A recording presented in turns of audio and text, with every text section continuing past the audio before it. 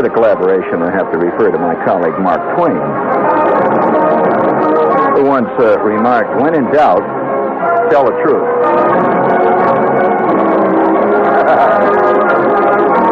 That's only in the case of extremities, however. Don't overdo that. You're liable to get yourself in, well, you're liable to get that. What is it?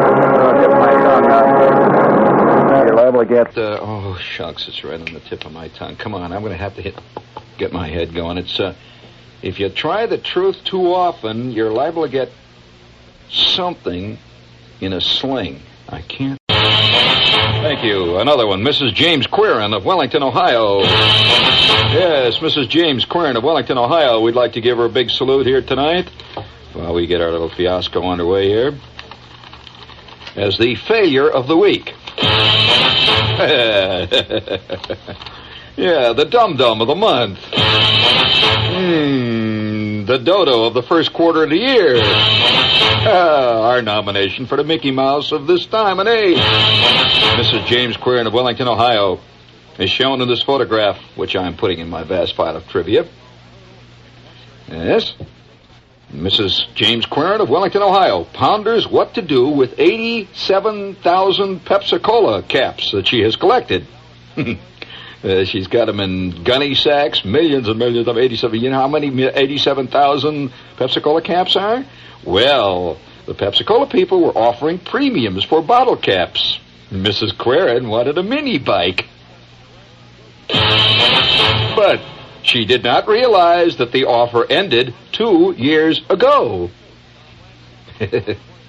Once more, thank you. You got to hit. That cheap equipment we got. It all stopped. All right, give me a little. Let's say salute music, please. Give me a little salute music there, Herbert. Since that one pooped out on us, here we go. All together, James. Yeah.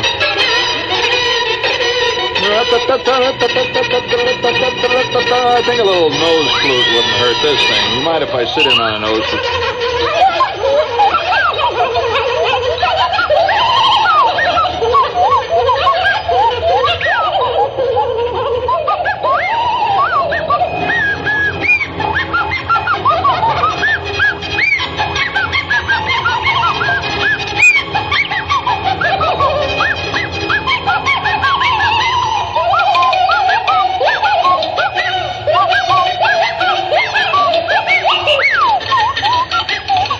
Thank you, Herb. Hold it there, man. God, 87,000 bottle caps. And what a disgusted look she has got on her pan. Well, of course, I was euchred by a thing like that one time. I might as well admit it. Euchred. You know what the phrase euchred means? Suckered. Mousetrapped. I was euchred on a thing like that. I remember one time Alex Josway, this kid I knew. Of course, scratch the skin, the rind, the pelt of any 20th century man, and right underneath that you'll find a lurking sucker. Of course, this has always been the case. What was it that Barnum said about him? Yeah, that's right. Of course, Barnum way undershot the mark. I mean, if what did he say, one born every minute? Well, he did not take into account the population explosion. I would say there's one born every maybe 5 or 6 milliseconds now. But I was certainly one of them. Yes, sir. And he says, a sucker's born every minute. I have to admit I was one. Josway, and I was in Cub Scouts, as a matter of fact. Yes, we were all in the Cub Scouts at one time, weren't we? Were you, Herb? Never? You mean you never had one of the little beanies with the little thing, the wolf thing and little... Oh, you missed a great slice of... You weren't in the Cub Scouts? Were you in the Boy Scouts? No.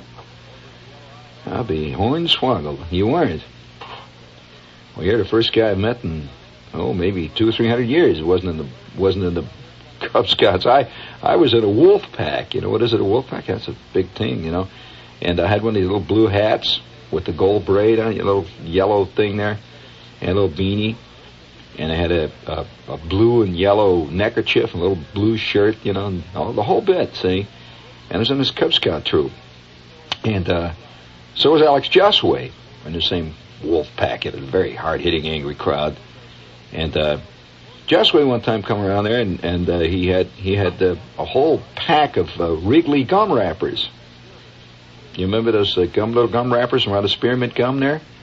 And he had a whole bunch of them clipped together with a rubber band.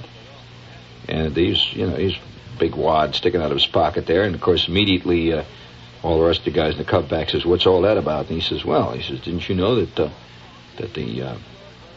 people that make the gum there," of course, we never chewed that kind of gum. I mean, Wrigley-type gum was for grown-ups. I mean, I guess that still pertains, right? We used to chew something called fleers. Yeah. Or double bubble. I mean, it depended on what, there were the classical bubble gum chewers, which were the double bubble types. And then there was the avant-garde who chewed fleers bubble gum. You mean you've never had fleers? Oh, it's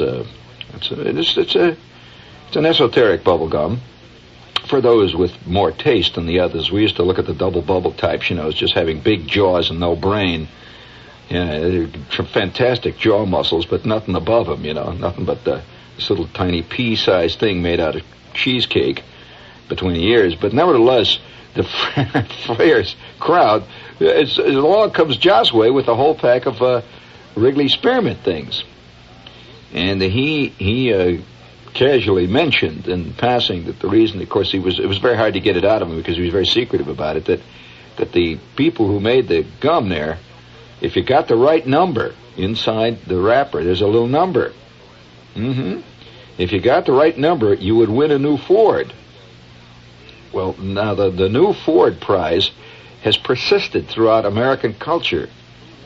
In fact, it goes back to pre-Lincoln days when it was believed that if you got the right candle wick that had a number on it, the Ford company would give you a new V8. And yes, disillusion has set in very early in American culture with that kind of stuff. So, of course, the pie in the sky has always been with us. And the Ford in the wrapper has always been with us, too. So I figure, it would be kind of fantastic to surprise the old man. At the age of 10, that's a pretty big thing, to announce loudly at supper that go on out in front, Dad, and take a look. It's just go ahead, go out in front. It's a surprise. And, the old man goes out, and there's a new Ford, Just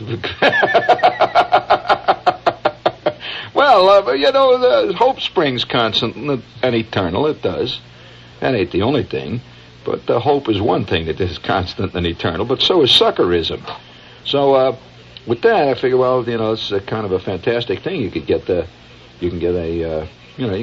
Ford for the wrapper. Well, now I didn't go out and buy this gum. Don't imagine that's what I did. What I did then, I discovered a very interesting thing at that point. Yes, very, very fascinating. That I began to haunt the gutters of my tiny circumscribed Cub Scout world. And every time I would go up and down the streets, going to school and places and stuff, I would walk along in the gutter with one foot down on the street and the other foot up on the sidewalk. That's why I lean even to this day, because I spent a lot of time doing it. Yeah, well, I developed a permanent tilt.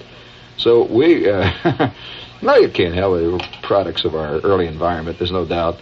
So I'm walking up and down the gutters, and what surprised me was the number of gum wrappers you find if you walk around and look for them. It's incredible. Well, so I began to collect. Here's one right there. See, Lee, my producer in the room there, she says she's hearing this, and she jumped up. There's one laying right by her foot.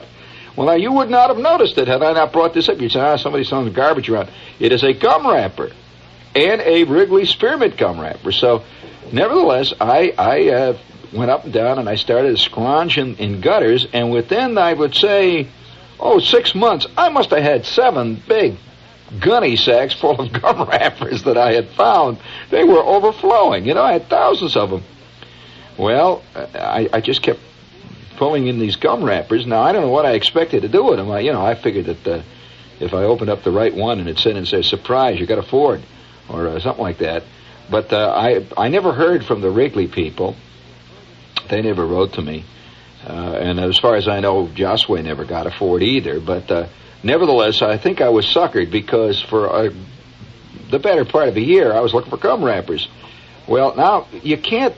I had bags of them under the porch down in the basement, see. And my mother would get really bugged, because a lot of them, had been stepped on. I was not. I never overlooked the gum wrapper. And that's, the kids don't make they don't make differentiation there. And many of the gum wrappers have been moored and stepped on. You know what Airedale's doing? Well, actually, all kinds of stuff was clinging to my gum wrappers, and I had thousands of them, thousands. And since that day, though, I have never yet been able to completely cure my gum wrapper twitch, which I still have. Figuring maybe they were right. You don't know, I mean, Wrigley's never denied it, as far as I know. I mean, they never. So who knows? Maybe somebody's getting the Fords. In fact, also my old man, he also believed if you got the right Indian penny, the Ford people would send him a car. That was another one. Did you ever hear of that one? It's a great myth. So the old man had about 400,000 pounds of Indian pennies that he collected all over the place, see? And when he found out that not only did Ford not want to give him a Ford for all of his Indian pennies, they got mad when he wrote to him and asked him about it. Told him what to do with his Indian pennies. In not a very polite letter, as a matter of fact. They were not. So with that, obviously, they figure any guy that says Indian pennies to get a Ford ain't got a Ford in his future. So, you pick it up, you lay it down. So, with that, the old man takes all of his Indian pennies, about 28 million of them. He takes them down to the bank and he trades them for what he figured was good pennies. Of course, now, if he had those Indian pennies, well, he could retire to, he could live in Biscayne Bay like the president, and the whole thing. So, the Indian penny king. Okay, just make it big. And we have a little moneymaker here. Would you hit the button? You might expect our higher-priced cars to come loaded. But what about our lowest-priced cars? Well, take the Toyota Corolla 1200 sedan. The manufacturer's suggested retail price for this Toyota is just $1,956, plus freight, local taxes, dealer prep, and options.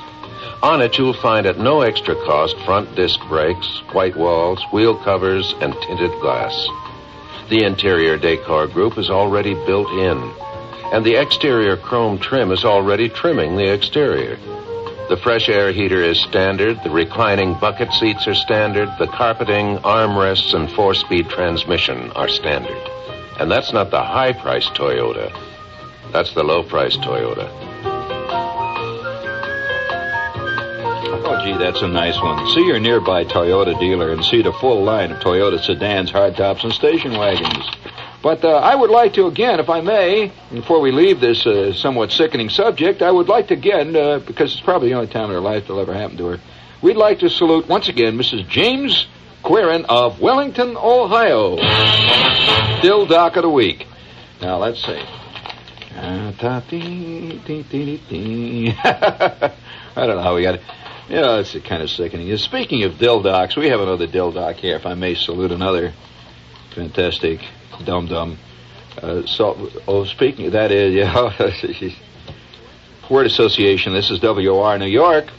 Okay, we have a note here for the Book Find Club, and these are not my comments. This is the copy comment. It says, did you ever read in bed and laugh so hard the peanuts rolled off your belly? Or get so absorbed in a book you forgot to set your alarm clock? Well, there's a lot of books that the Book Find Club has that I think you'll enjoy very much.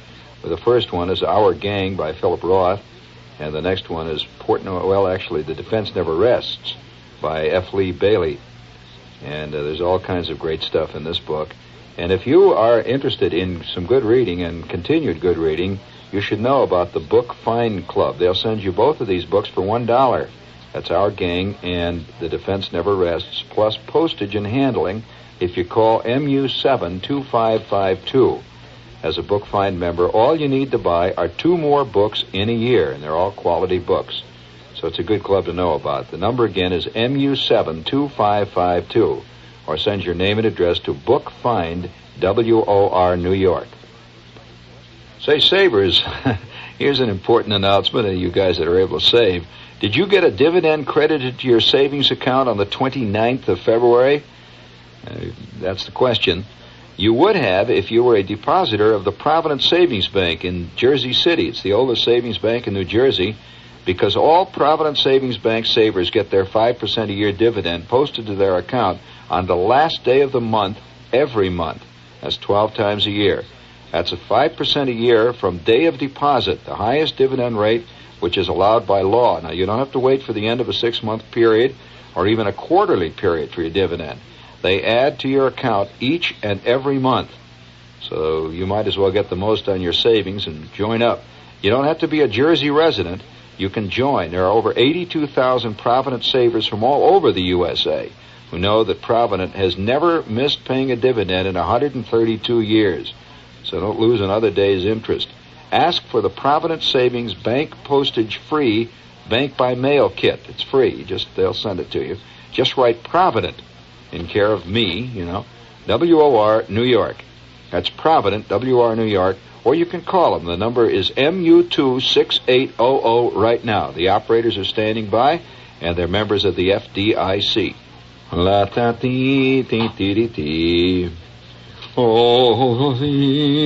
yes, here's what I'm looking for. I've got it. Yes, indeed. The Dill Doc. You hear about him. Another goodie here. People, this fantastic Dill Dockery is rampant. Salt Lake City, a 17-year-old driver led police on a 15-minute, 87-mile-an-hour chase yesterday afternoon and was finally caught barreling through a school zone at near 100 miles an hour. They finally got him. Officer Larry Haynes asked the youth why he did it. The youth replied that he already had a bad driving record and he did not want another ticket. I can't help it, officer. I'm dumb. Hey, officer, I can't help it. I can't read. Hey, please scratch my head for me. My foot don't work. Yeah, Dill Doc. How is it out here? Well, it's spreading. I see. I have to salute my old alma mater. Yes, it had to come. You can now get a credit at the old Indiana U. You get a credit there. They teach a course now in comic books. Appreciation, retrospective. That's right. Yes, indeed. There it is. Comic books now in the curriculum at Indiana U. Of course, that's nothing new. They've been teaching how to comic books out there for years. Yeah. Yeah, well, I don't think it's so bad being a Dill Doc. You see, one thing about being a Dill Doc, you enjoy things more. I think them so-called pseudo-intellectuals, they don't enjoy stuff really. They stand around and they gripe. But it's kind of fun, I say, being a Dill Doc. Me and all the other Dill Docs, once in a while, we get over there to McDonald's, we play on them old teenage rock hit tunes. And we sing around, we eat the fish sandwiches. And them intellectuals, they don't understand that kind of good times. So I say, it ain't so bad being a Dill Doc. Thank you for tonight's testimonial. Now, we must return, however, to our scheduled programming here, which includes the latest strike returns. Yes. In fact, we're now, speaking of you nostalgia fans, this radio station is now making available for those of you who are real nostalgia fans a magnificent stereo album with full wall-to-wall magnificent sound, a stereo albums of my favorite strike bulletins of the 1960s. Yes, featuring such great luminaries in the strike world as the late Mike Quill, and the currently operating Harry Bridges, and it's too late. That thing, what's the matter with it? What does it do? Oh, it rewinds? Yeah, that's the way life is. Oh, it's rewound. Yeah, it always rewinds 18 minutes too late. Yeah, we know. By the way, wouldn't you like to buy an LP like that? Kind of good. Yeah, I remember the late Mike Quill's famous line, Lindley, John Lindley. That's a great way of putting down Lindsay. I was pretending he never even could even remember his name. He'd say, "This Lindley, what did you say his name was? My name is Mike Quill, and I do not have to listen to the stuff with the Mr. Lindley." Yes. Very colorful character. Well, now, wait, we're not through. Speaking of colorful characters, we would like to salute another bad scene out there. Although I don't know whether this is a bad thing or not. I'm preparing something goody here. The Midwest seems to be a seething hotbed of nuttyism lately. I mean, what with teaching comic books outwardly and admitting it in Indiana. Oh, yeah. And, that guy running through the safety zone and all that stuff. It's a big excitement in Chicago the other day. I hope you caught this. That's the kind of stuff you never hear in the news. Yeah, big excitement. Well, there's been excitement everywhere. I mean, just speaking of it. For example, you heard what happened in Lake Charles, Louisiana, didn't you? No? You didn't hear about it? Lake Charles, Louisiana? An armed bandit holding up the Home Credit Company recently ordered the lady cashier to take off her pantyhose. He then used them to tie her up and escape with $1,200. What a great scene. Can you see them charging in there? Crime marches on. My God, takes advantage of every new technical development. But speaking of great mysteries,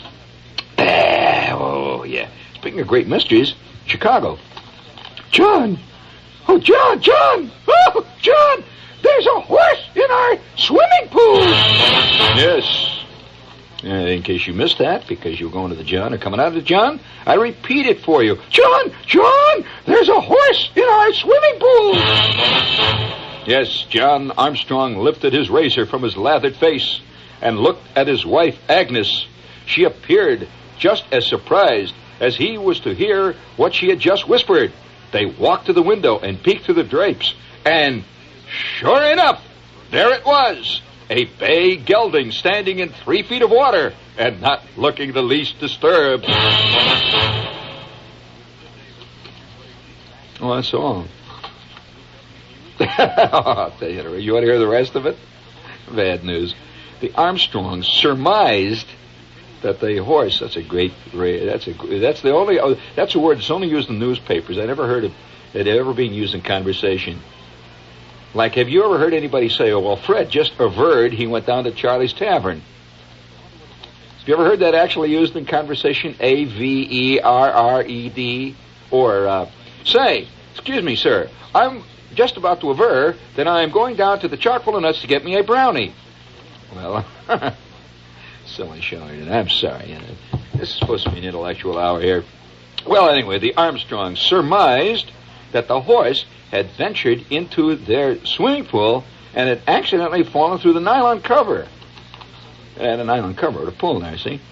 Figuring out how it got there was not difficult, oh no, but how does one go about getting a horse out of one's swimming pool? Especially when the horse isn't trained to climb ladders. So after about 2.5 hours with the fire department and everything, they got him out, and everybody was congratulating everybody else. With that, the horse walked off in the woods and has not been seen since, and they don't even know where he came from. My God, it never stops. It never stops. It never stops. What never stops? It never stops, friend. It, all of it. All of it. Everywhere you look. Bah! Humbug!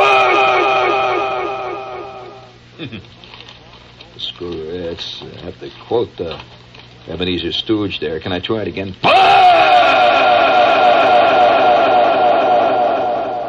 That's the eternal cosmic bah. And Cleveland, Richard Burton, a public relations man for the Cleveland Art Museum, almost passed out. He received a $994 bill from Hermes, an exclusive shop in Monte Carlo. $994. The bill was for 1 skirt and 2 blouses, bought by one Elizabeth Taylor Burton. Old Richard Burton, whose wife's name is Constance, said he will not pay the bill. You realize whose bill he got.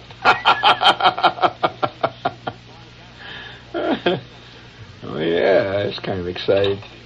Let you know how they, I thought you'd like to know how the other 1% of 1% of 1% live.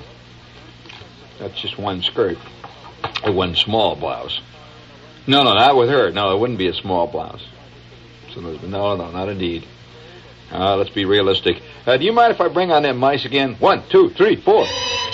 There we go.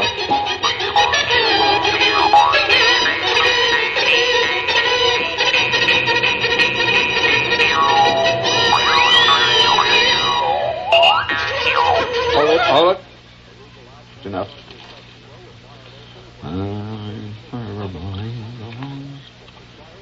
La ta ta da tee tee tee. Oh, la ta ta dee. La ta ta da. La ta ta da tee tee tee tee. La ta ta da tee tee tee. La ta ta. Have you tried any lechery lately? No? No? Yeah, the 6 other sins are pretty exciting. I mean, if you know, that particular like gluttony. By the way, gluttony is the only sin that today we recognize as one of the 7 deadly sins. All the others have actually become part of showbiz in one way or another. But the gluttony remains. Oh, yeah. Did you see the piece in the paper the other day about that? Yeah. It was a piece in the paper. I know some sociologists or, one of these smart types walk around wising off all the time about life and all. He maintains it in the late 1970s and all through the 80s that the only sin, because everything will be so permissive by that time, you can go out and pot your neighbor. You want a target practice, with a 30-06. Oh, yeah. We're moving into that time. Oh, sure. Big signs, eliminate jails. Nobody says eliminate crime. They say eliminate jails. So you see, that says something very important. It does. And he says by the 1980s, the only sin that will be a sin will be being fat. What he said. That'll be a recognized sin, and people will even land in jail for it. I mean, if they had jails at that time, they wouldn't. They have re-education centers, of course. Naturally, you won't be able to go out at night because you get all uneducated when you leave. But re-education centers is what we're going to have. Yeah. They'll be re-educated. Of course, in some ways, you can only re-educate certain people with a rubber hose, a short length of it. Thump them around the ears, re-educate them. Well, incidentally, I'm sorry about a bad thing that happened in England the other day. What happened? London, actually. An Englishman was dropping by helicopter in his garden for tea when his neighbor blasted him with a shotgun, 12 gauge. Yeah, listen to this carefully. You apparently didn't hear what he was doing. An Englishman was dropping by helicopter into his garden for tea when his neighbor blasted him with a shotgun. The incident signaled the end of what had once been a friendship. I would imagine that fairly true. First, the neighbors quarreled over a boundary wall between their expensive suburban London homes. I would say that he has a fairly expensive London home. If he, drops into his garden with his own helicopter, that's a fairly expensive London home. I'd say, yeah, well, And they quarreled over the wall. Then they quarreled over the noise made by one of them, Anthony Amato. He used to buzz the area in his light aircraft, fly noisy model airplanes in his backyard, and play his old hi-fi at top volume, the court was told. The final straw for his neighbor, Charles Bruder, came when Amato was circling low over his garden in a helicopter and knocking all the leaves all over the places. And it was, causing a lot of excitement there. Amato says he intended to land in the garden and have tea with his wife and family. Well, old brother Bruder reaches for a shotgun and fired twice as Amato hovered in his helicopter. He hit Amato in the cheek and leg. The helicopter did not crash, but the guys aren't friendly anymore.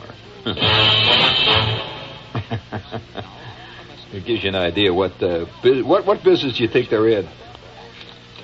Sell used cars. You figured it was Lord Amato, didn't you? No, sir, that's Chauncey Dildock. Well, I don't invent the news. I just bring it to you, gang. I mean, what are you going to say? I only report it. Yes, I only report it. Listen to this one. This is enough to make you sick.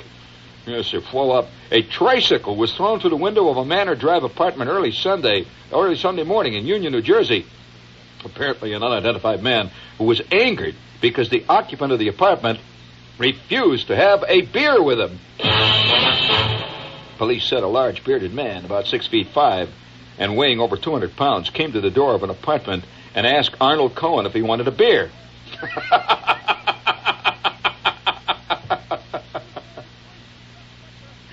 Oh, man, I'll tell you, Jersey is a hotbed. Now, they didn't say it was a friend or anything, just large bearded man, 6'5". What would you do? Yeah, what do you want? Open up in there. Yeah, what do you want? You like to have a beer, buddy? What do you mean beer? I don't know who you are. What do you mean, ain't you friendly? How about having a beer? Get out of here, you bum. Slam. Door slams.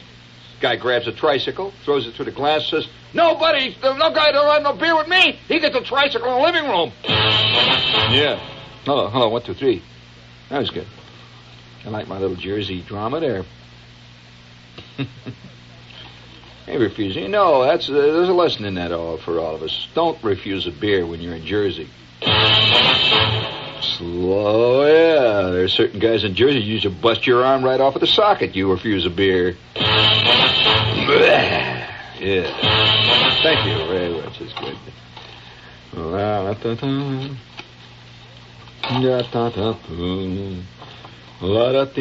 I just feel in that kind of mood, you know. It's one of those moods. I just, of course, you get all kinds of moods. You know, I'm thinking about my old alma mater.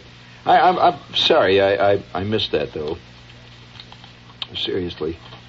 I mean, I wish when I was out there they were teaching, you know, comic books and they have a course now in rock appreciation. You know, a course on how to watch TV. You know, how to get the most out of Adam 12. And, oh, yes, that's the new coming culture. That'll be taught in schools, yes. There'll be a Marcus Welby retrospective. And they'll run off reruns of old Lucy shows. And I think ultimately that'll be the literature of our time, sure. Guys about the year 2000, maybe 5. Yeah, you went to Notre Dame, didn't you? Well, I was just talking about that, Don. Big doings out there in the home state of Indiana. Yes, Indiana University now gives 3 credit hours. You can study comic books. Yeah, it's a new culture is spreading out there. And in fact, as I pointed out, though, Don, that's nothing new. All the textbooks that I used out there when I was there were comic books in one way or another anyway. So, you know, they just make it official. So all the new things, nothing new really starts here. Out here in the East. No, the East is really the last bastion of classical conservatism. It really is. And it is. It thinks it's, you know, it thinks it's totally with it, but it is not. No, it'll take NYU for maybe 3 or 4 years to do a retrospective on TV viewing as a 3 credit hour course. You know, and if you want to get an A in a course, you know, you can turn in a term paper on my favorite John Payne movie on The Late Late Show. This kind of stuff. I'm waiting for the day when guys, you know, in the graduate school here at NYU can turn in a paper like "What I Did on My Vacation."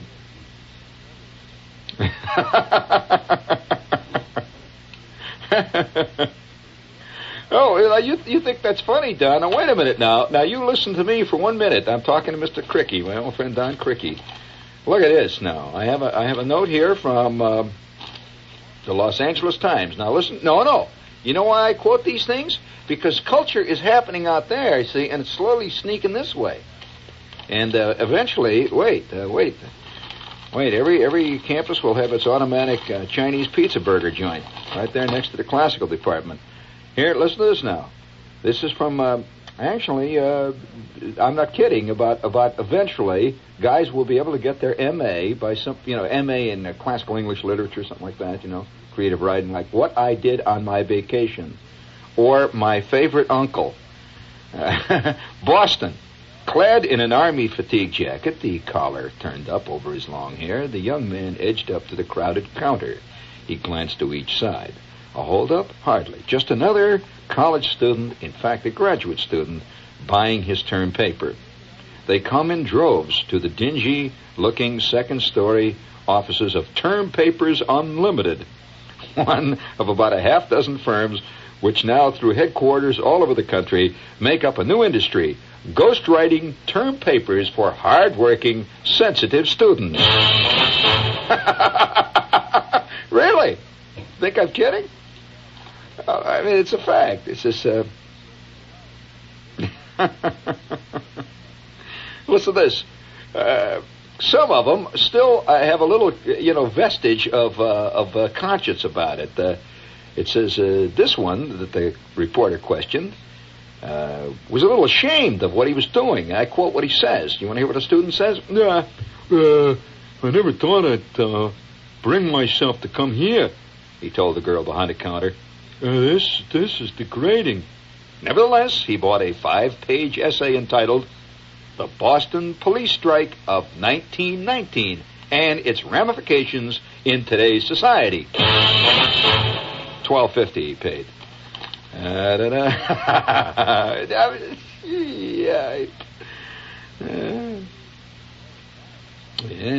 it's true. Well, I just thought it would be. There's a national market, by the way. Papers, in case you haven't run into this. Now, have you ever heard of this before? A lot of you look a little surprised. You want to hear more about it? You know what one of the chicks says, well, today the cost of a college education is so great the student cannot afford to fail. That's why I always buy all my toilet paper. So said a intellectual student at NYU. Girl type.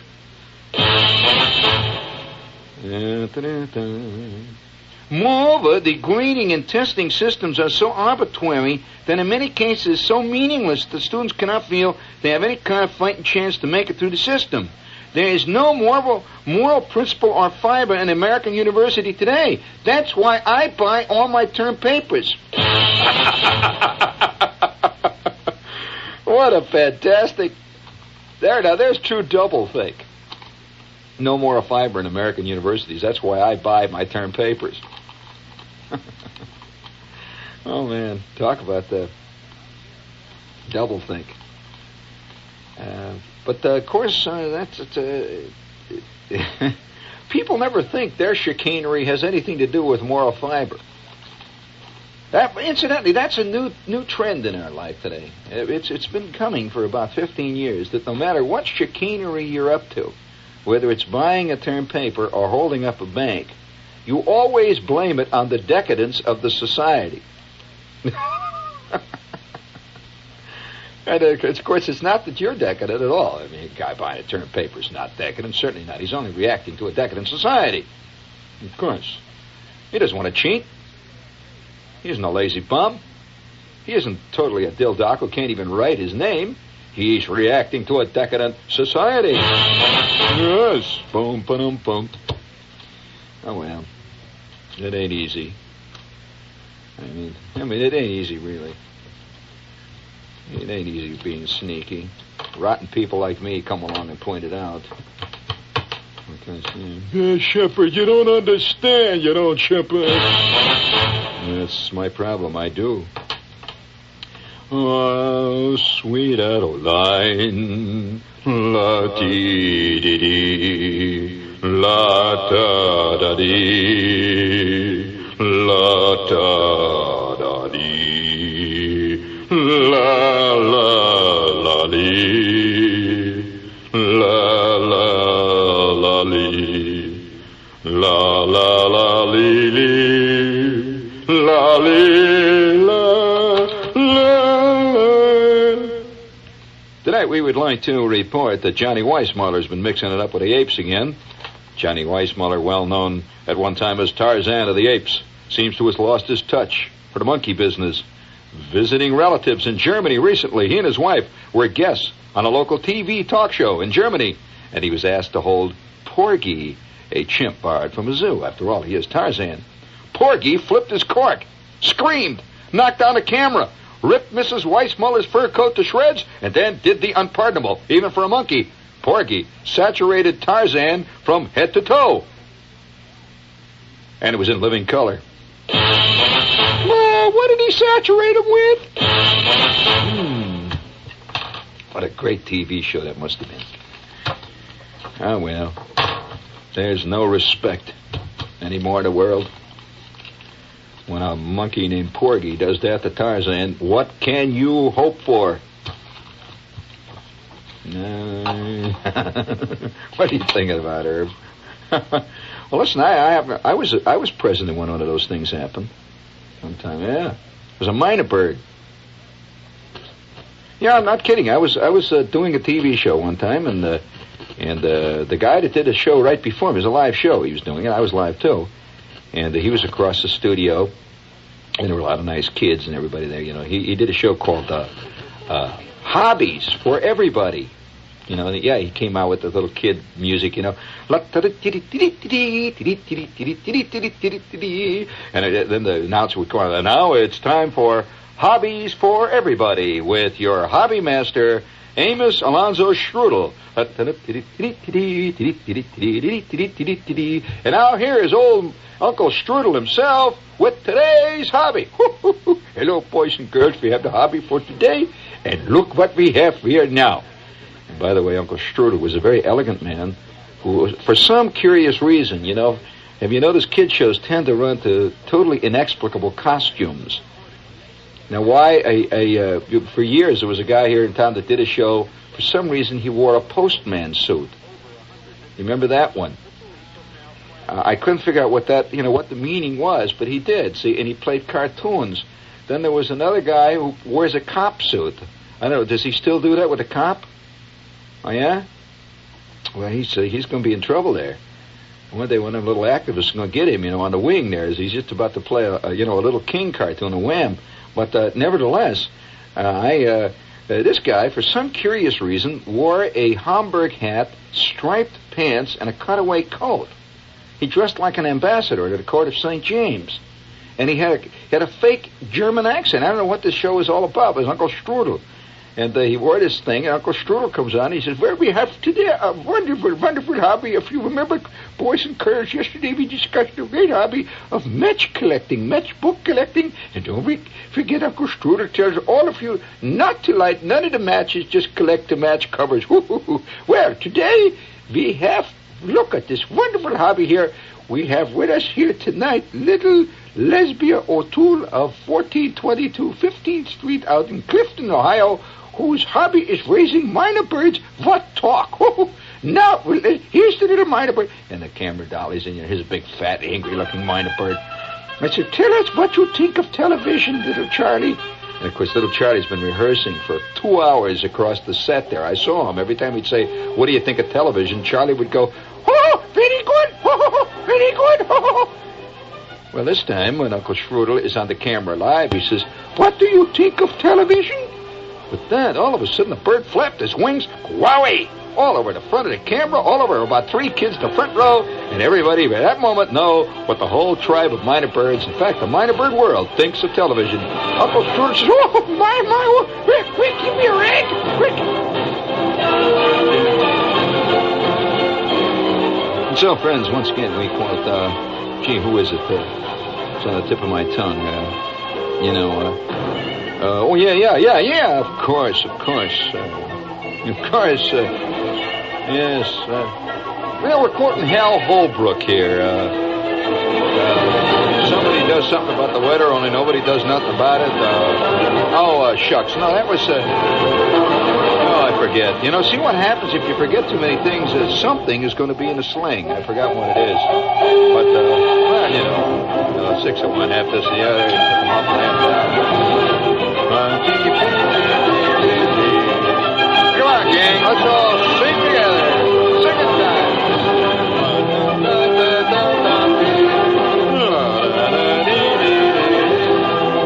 By the way, I see, among other new products are now available to be walking around civilians in the streets. You can now buy John paper with those little happy smiling faces on them. I don't make the news, honey. I only report it. So it's tonight's salute to Walter Cronkite. And the Dill Doc side of the news. This is WOR New York. Stay tuned for Lester Smith and the real news. News and detail on the hour.